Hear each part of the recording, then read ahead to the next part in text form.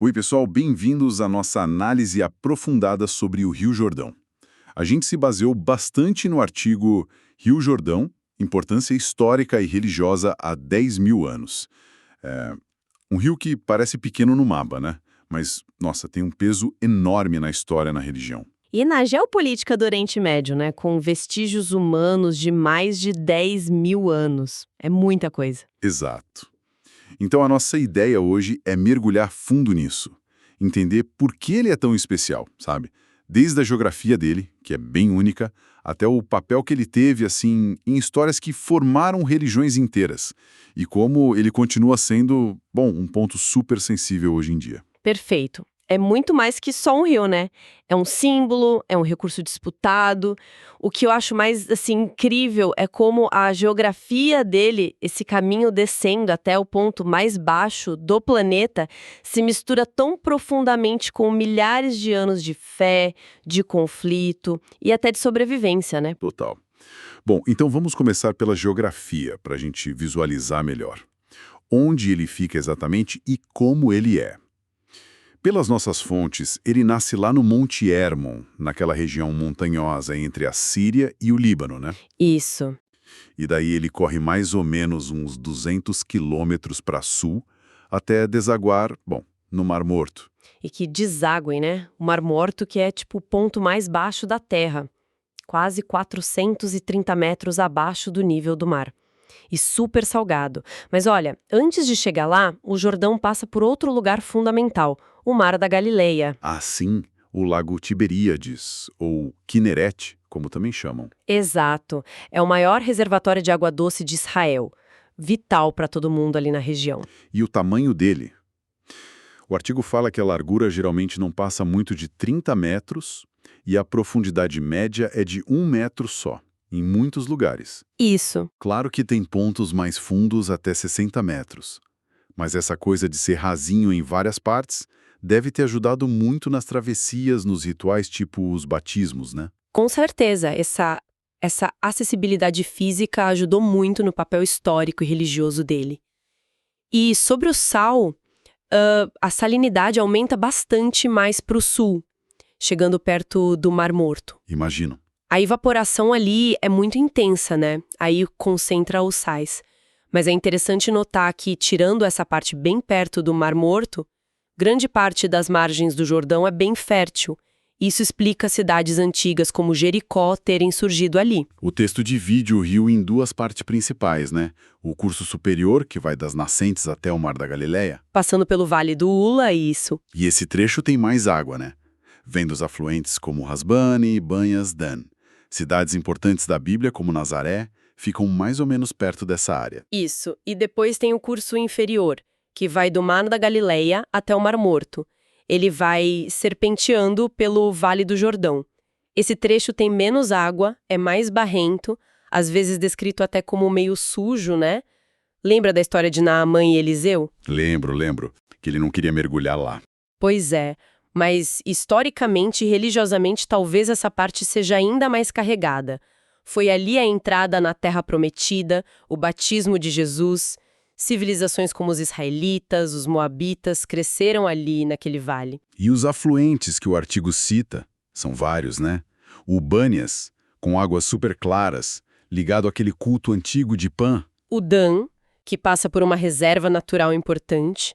O Hasbani, que é o mais longo deles. Tem o Jarmuque também, que é crucial para a irrigação ali na fronteira de Israel com a Jordânia. E o Jaboque, famoso pela história da luta de Jacó, né? Bem nesse afluente. Muita história em cada cantinho. Bom, saindo um pouco da geografia e a parte econômica hoje. Além de ser fonte de água, claro, o turismo deve pesar bastante, imagino. Ah, sim, o turismo é bem forte. Tanto o religioso, né, gente do mundo todo querendo ver o local do batismo de Jesus, e tem locais reconhecidos dos dois lados, na Jordânia e em Israel. Sério? Dos dois lados? Sim, tem Almactas, na Jordânia, e Yardenit, em Israel, ambos muito visitados. E também tem o turismo de lazer, gente buscando o Mar Morto, o Mar da Galileia, e a agricultura, claro. Desde a antiguidade, né, frutas, vegetais. Mas hoje tem um problema da água, né? o uso intensivo para irrigação. Exatamente. Esse é um dos maiores problemas hoje, ameaça o fluxo do rio. E tem a pesca também, principalmente lá no Mar da Galileia. Tilápia é famosa por lá. Parando. Hiló escolhendo a planície fértil do Jordão, né? Isso. E a história de Jacó, super marcada pelo rio. Ele atravessa para fugir do Esaú, depois luta com o anjo ali perto do Jaboque e depois se reconcilia com o irmão perto do rio principal. O Jordão é tipo um portal para ele, sabe? Um lugar de mudança, de confronto. Mas acho que para o judaísmo, o momento mais icônico é a travessia com Josué, né? Depois de 40 anos no deserto, chegar na Terra Prometida atravessando um rio que se abre, uau! É um momento fundador, sem dúvida. Um símbolo muito poderoso da promessa divina se cumprindo. E o lugar, Gilgal, virou sagrado. Esse evento ecoa demais, virou tipo um modelo de libertação, de recomeço. E não parou por aí, né? O rio continuou sendo o palco para muita coisa. Muita coisa. Foi usado como estratégia militar, pelo juiz Gideão, por exemplo, controlando os pontos rasos para pegar os inimigos. Foi refúgio para o rei Davi e palco de milagres com Elias e Eliseu. A subida de Elias para o céu, a cura de Naamã, o machado flutuando. Exato, e a divisão das águas por eles também. Tudo isso reforça essa ideia do Jordão como um lugar onde, o divino e o humano se encontram de forma especial. E aquela visão de Ezequiel, que fala de um rio saindo do templo e purificando tudo. Ah, sim, Ezequiel 47. É uma visão de restauração total, né? Águas que curam, que trazem vida até para o Mar Morto, e o Jordão está nesse caminho de renovação, simbolizando a purificação espiritual. É bem forte essa imagem. E para o cristianismo, claro, o momento-chave é o batismo de Jesus por João Batista. O que esse evento representa, assim, fundamentalmente? Olha, é o começo de tudo, né? O início do ministério público de Jesus. É o momento em que Deus o reconhece como filho, o Espírito Santo desce, é um ato de humildade, de consagração, define o caminho dele. Por isso o lugar é tão sagrado para os cristãos. Entendi. Agora dando um salto enorme no tempo, séculos 20 e 21. O Jordão continua lá, no centro de tudo, mas agora em conflitos modernos, geopolítica. Como foi essa mudança? Bom, depois da Primeira Guerra Mundial, com o fim do Império Otomano, a região ficou sob controle britânico, né? O Mandato da Palestina. O rio já era uma divisão natural ali. Certo. Aí veio a partilha da ONU em 47, a criação de Israel em 48 e pronto. O Jordão virou fronteira internacional e uma fronteira bem tensa, especialmente com a Jordânia. A Primeira Guerra Árabe-Israelense já deixou isso claro com a ocupação da Cisjordânia. Os anos 60 e 70 parecem ter sido bem quentes, né? O artigo fala da OLP usando a Jordânia como base, Israel desviando água e a Guerra dos 6 Dias em 67. Sim, foi um período muito tenso. A presença da OLP na Jordânia criou muito atrito. E a questão da água sempre foi crítica. Quando Israel construiu o Aqueduto Nacional para levar água do Mar da Galileia, que é alimentado pelo Jordão, isso gerou muita briga. Imagino. E a Guerra dos 6 Dias mudou tudo no mapa. Israel ocupou a Cisjordânia até o rio, as colinas de Golã, onde ficam algumas nascentes, e Jerusalém Oriental. O rio virou basicamente a linha de frente, controlada por Israel na maior parte. E o tal do Setembro Negro? O que foi isso exatamente? Ah, o Setembro Negro. Foi um período terrível, entre 1970 e 71, que acabou numa guerra civil lá na Jordânia. O rei Hussein decidiu expulsar à força os grupos armados da OLP, que tinham criado quase um estado paralelo lá dentro. Nossa. Foi muito violento. Muitos palestinos, tanto combatentes quanto civis, tiveram que fugir. Vários cruzaram o Jordão para o Líbano ou para a Cisjordânia, que já estava ocupada por Israel.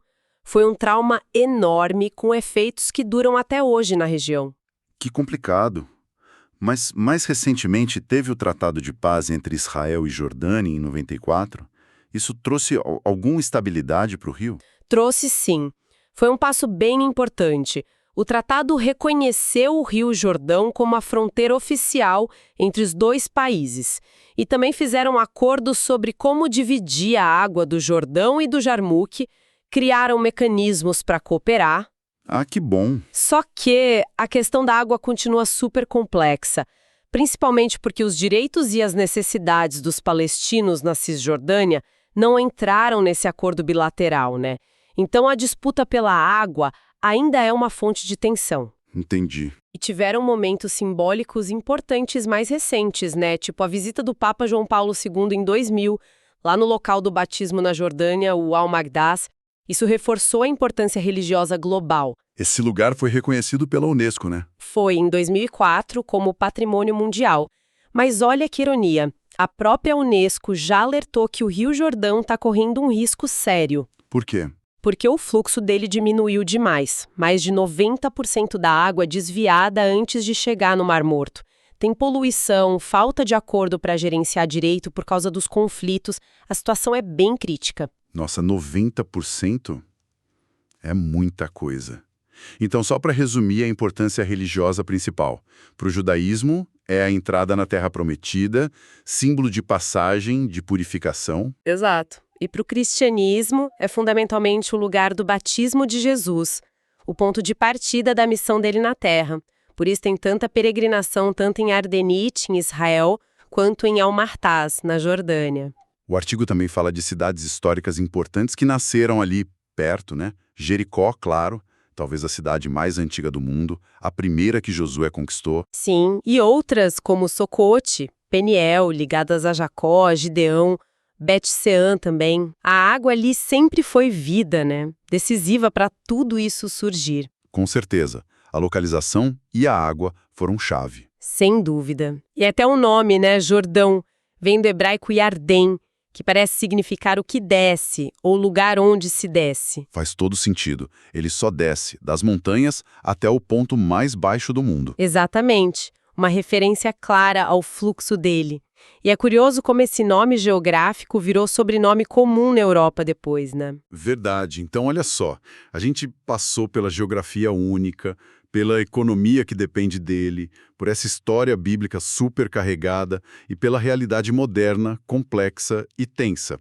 O que fica muito claro é como um rio tão pequeno fisicamente pode ter um significado tão gigantesco, né? Cultural, religioso, político. É isso mesmo. A escala física dele é pequena, mas o peso simbólico e histórico é imenso.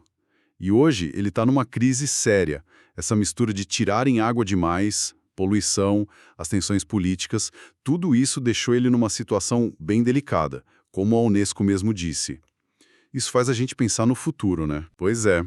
E aí fica a nossa reflexão final para todo mundo. Com esse status de ameaçado, sendo tão vital como fonte de água numa região seca e com esse significado profundo para tanta gente, para tantas nações, como é que vai ser o futuro do Rio Jordão? Num mundo com mudança climática, com as tensões que a gente sabe que existem lá, será que tem jeito de gerenciar isso juntos, de preservar esse patrimônio tão único? Uma pergunta difícil. É algo para a gente continuar pensando, né?